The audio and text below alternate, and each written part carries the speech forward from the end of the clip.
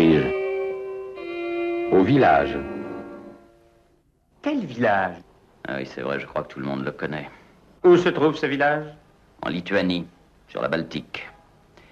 Pas loin de la frontière polonaise. Ça pourrait bien être ici. Oui.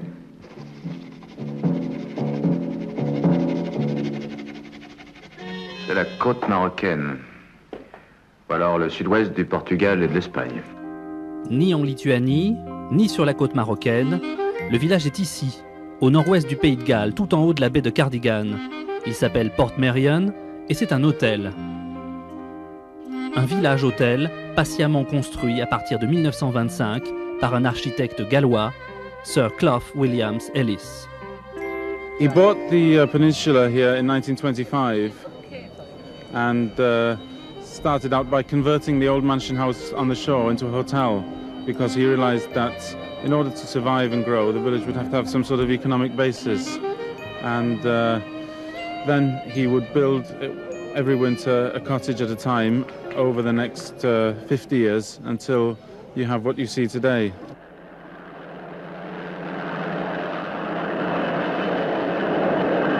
Oui, c'est ça. Nous l'avons trouvé. C'est le village. Patrick McGowan a vu cet endroit, il dit mais c'est superbe ça. Et quand il a eu l'idée de faire les prisonniers, ça ne pouvait pas être à un autre endroit qu'à Portmeirion. Et c'est vrai que le village ne peut pas être à un autre endroit que Portmeirion. Ça a été un des coups de génie de Patrick McGowan. 20 ans après le tournage de cette série, de nos jours, vous pouvez là, dans quelques jours, prendre un billet d'avion, puis prendre une voiture de location, ou prendre un bus, vous rendre à Portmeirion et passer une semaine dans le village. Et je vous assure que vous pourrez vous échapper.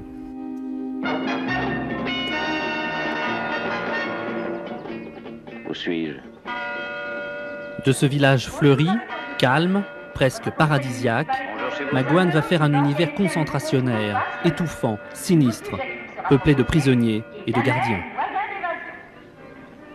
Ça renvoie pas mal à notre monde, où les gens ont beaucoup de vacances, il y a les images lénifiantes de la publicité, il fait beau, ils ont l'air nonchalants, très heureux.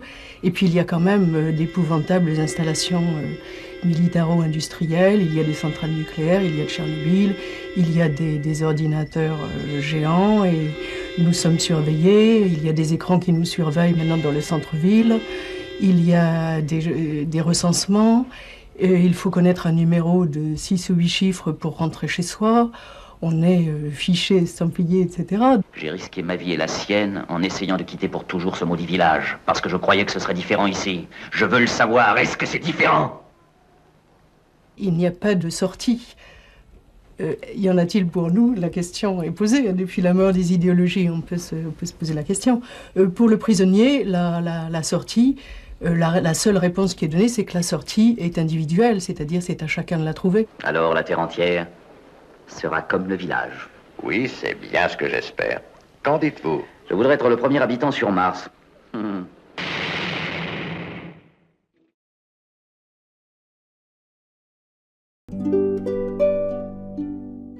Ah, Portmeirion.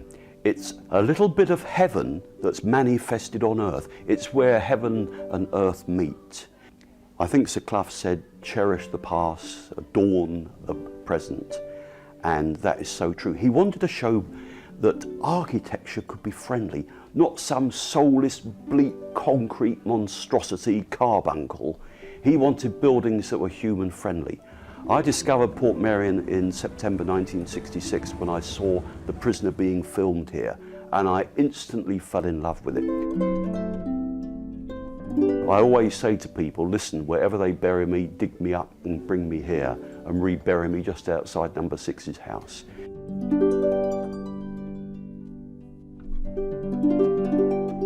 Well, Clough Fumzeller's purchased the village in 1925. He had been looking for a number of years for an area where he could develop his idea that architecture wouldn't have to ruin the ethos of the area and countryside, that it could actually add to it.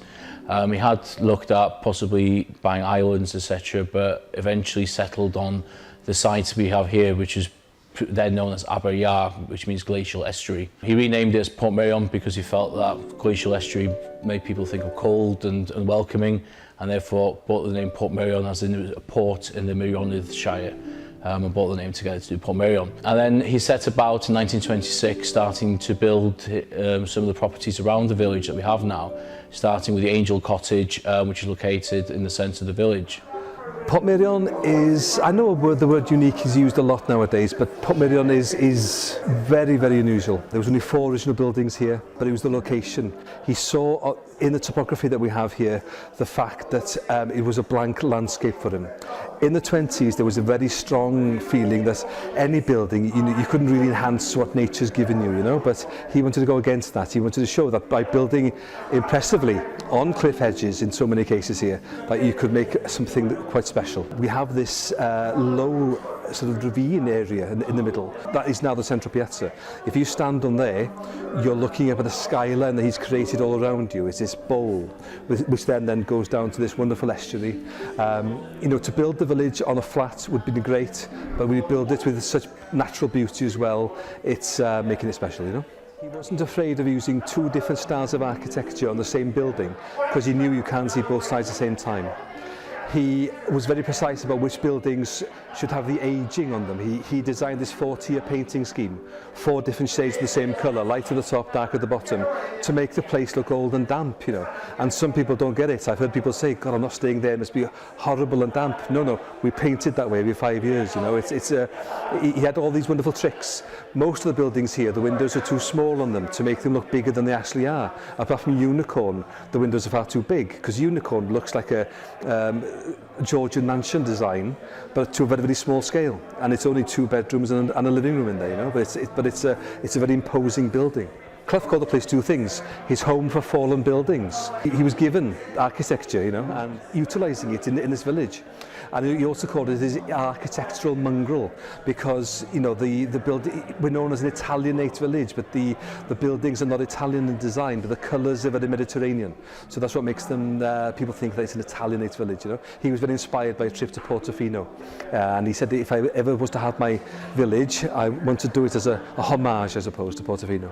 We love these buildings so much, that's why we keep them in pristine condition, and it's very much of its day. It'll never happen again. We're lucky that we have this heritage of creative people that have come here, and this is what we're hoping to carry on, because it is a very inspirational site. That's what we need. We need these inspirational people who get Portmeirion, I suppose, you know. That's the thing. People then, they have that creative juices flowing, and then that's what it's all about, really. The inspiration is always around them. Portmeirion should be a place to inspire creativity.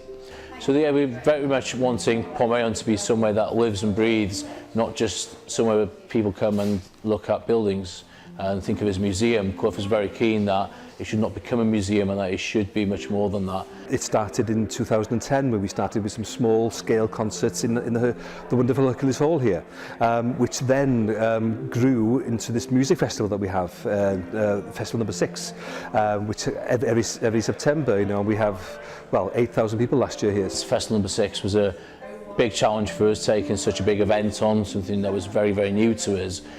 But having done that, it's given us the confidence to go on. We do get guests from worldwide: America, Japan, France, Germany. So it is well known in that respect, and we do very much work on making sure that our standards are maintained to be the very highest level. And we always look at developing them further and moving on with the times to make sure that what we keep is fresh and always new, so that people, entices people to still come and come again, but also generate new business as well for the ones that have yet not discovered Portmeirion. I don't know why they haven't discovered it yet, but hopefully we'll get them soon. The place is developing just as quickly as we are, and it's important to maintain that level and always push it forward. His biggest motto, if you like, about the whole village was cherish the past, adorn the present, and construct for the future. And we still work very closely towards achieving exactly what he set out to achieve in the beginning. Half the people who come here don't get it. They say, what's it for? The other half who come here are just seduced by it and can never escape from it.